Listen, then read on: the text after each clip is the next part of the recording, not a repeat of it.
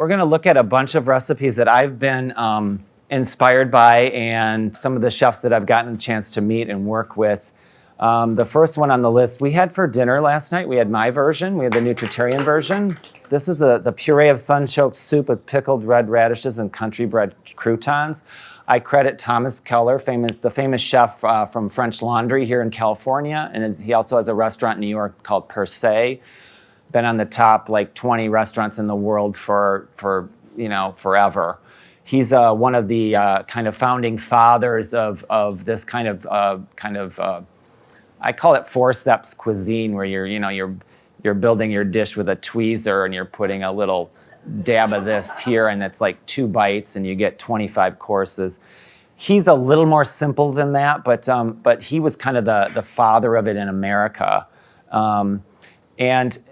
This gal named Linda Long put together this book called Great Chefs Cook Vegan, and she really didn't have anything to do with the book other than taking the photos and arranging the chefs.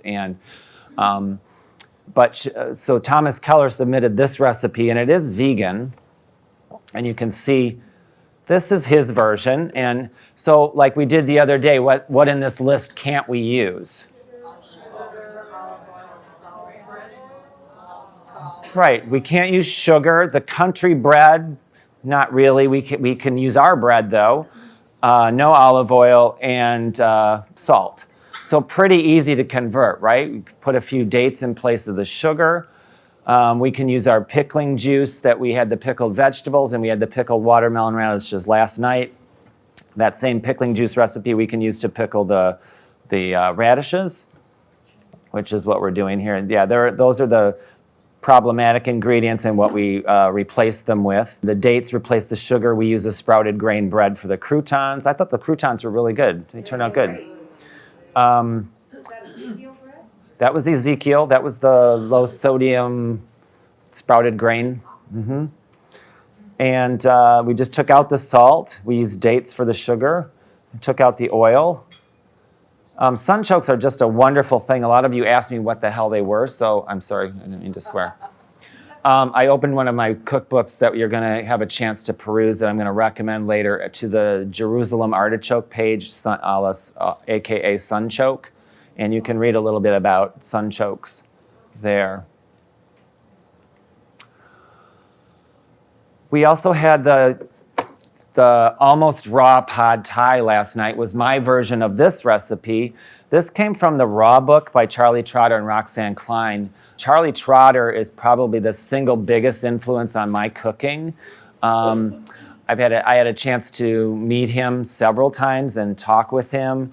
I ate at his kitchen table once. I ate in his studio kitchen.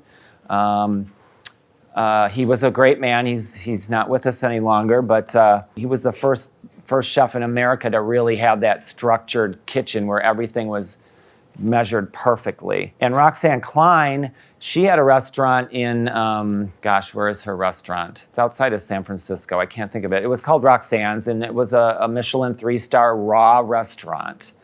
Amazing place. I had the privilege of meeting both Roxanne and eating at her restaurant before it closed. But I'm not sure what she's up to these days, but she's brilliant. And I brought the raw cookbook here so you can look at the picture. The photography is worth the price of the book alone. The pictures of the vegetables in here are just amazing. And I want to credit Tim Turner for that. He's a food stylist photographer, and he's amazing. I tried to get him to do some pictures for me, but he was just so expensive. I couldn't do it. I just couldn't do it. So again, we have, this is a little quiz for you. So identify the problematic ingredients. Let's go down the list. Tamarind juice. Maple syrup is the problem. What about namashoyu? Namashoyu is a raw soy sauce, hence it's a raw recipe, so they use the raw version of soy sauce. It's too high in sodium. So the olive oil, going down the list, all the vegetables are okay. Salt, and then we go to the sauce. Maple syrup, namashoyu, sesame oil, salt, not good. And the tamarind juice is just tamarind pods and water. So there they are. And here's what we used instead. We use sugar to sweeten. We use sesame seeds for the sesame oil. We use nutritional yeast. That's just a mouthfeel thing. We made zucchini ribbons. I'm trying to think of, oh, this is for the sauce. No, I'm confused on my own slides here. Here's the sauce. We use Bragg's in the sauce and dates to sweeten it. Okay. Did you all like that? There was so much food last night, it kind of got lost in the mix. Was it good? I usually make it to look a little bit more like that, a little prettier, where you put the sauce around, drizzle around the plate, and you put a stack of the noodles in there. The noodles are actually tossed with the tamarind juice, and then the sauce is supposed to be, we tossed it all together just because of the volume, but you can make it into a really pretty dish.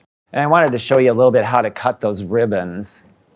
Have you all made feta zucchini noodles before? Yes. Okay. This is a mandoline. I brought my own because I really like it. This is a Matfer brand, M-A-T-F-E-R.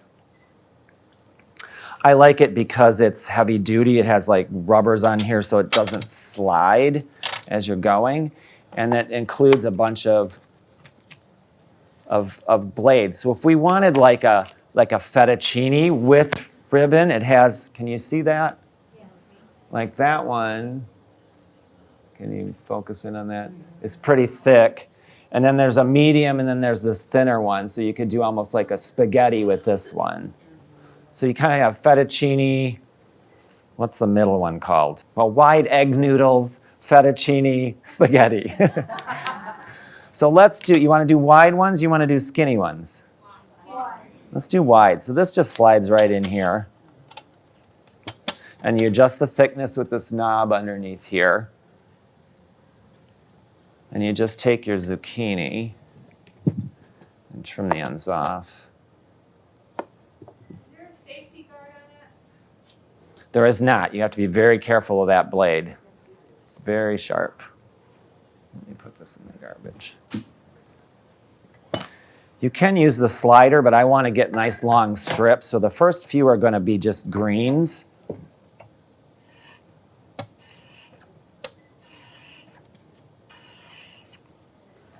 All right. Those aren't too bad. But let's get some ones that are...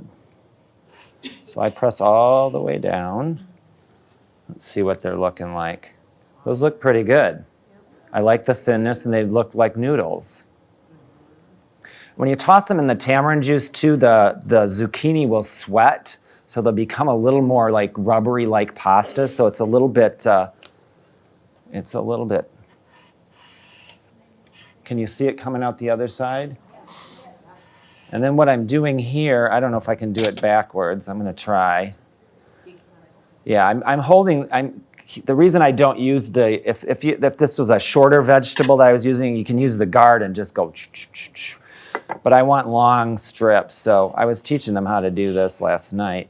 But they get nice noodles. I like that. And then you can use that as a pasta substitute. I did throw some of the bean pasta in there just to add nutrition to the dish, so there were some beans in it. But those look kind of nice, don't they? All right, so you say, well, what if I don't have one of these $200 mandolins? Well, we can cut them by hand, too. We can use knives.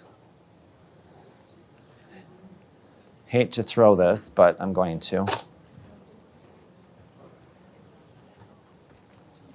Have any of the other chefs talked about how to hold a chef's knife or a knife? Yes. Martin did a little bit? Okay. We'd love to hear it. He said ask questions. He said ask. Okay. Well, Martin went to a fancy school and all that stuff, and I'm pretty self-taught, but by self-taught, I don't mean like I'm just gonna, this is the way it's done. I research and I find out, and a friend of mine gave me this DVD set from Jacques Pepin, who's this, he's still alive, I think. He's in his got to be in his 80s, but he did all these, how to use knives and how to cut everything. And basically what you want to do is, can you see that? Yeah. You want to put your thumb on the blade on the left-hand side, if you're right-handed, on the left-hand side of the blade, and kind of wrap your knuckle around there. That gives you really good control of the blade. I see people down here with like hammer grips and they're, you know, you wanna be able to really control what you're doing. And I can see how thin the slices are like this. You really wanna be able to control what you're doing. So put your thumb on the side of the blade and roll this around, okay? And that's basically how you hold a knife. I'm going to take a fresh one here. Actually, I'm going to just use this one. I don't want to waste. I would kind of square this off to start with if I were making them by hand.